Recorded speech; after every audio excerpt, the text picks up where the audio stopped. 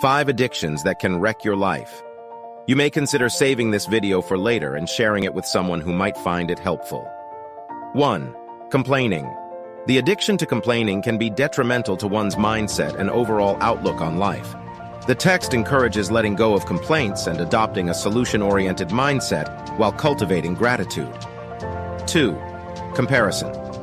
Constantly comparing oneself to others can lead to dissatisfaction and self-doubt. The text suggests embracing individuality and personal growth rather than getting caught up in comparisons. 3.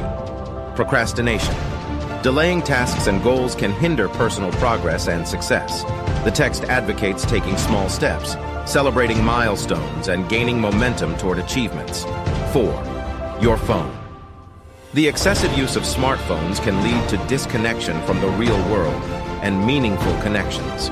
The text advises setting boundaries on phone usage to focus on real-life interactions. 5. Multitasking. Trying to do multiple things simultaneously can reduce efficiency and increase stress. The text recommends focusing on one task at a time and prioritizing activities for improved productivity. If you've read this far, drop a 100. This proves you belong to the 0.01% who truly follow through. If you find our content inspiring, consider following us for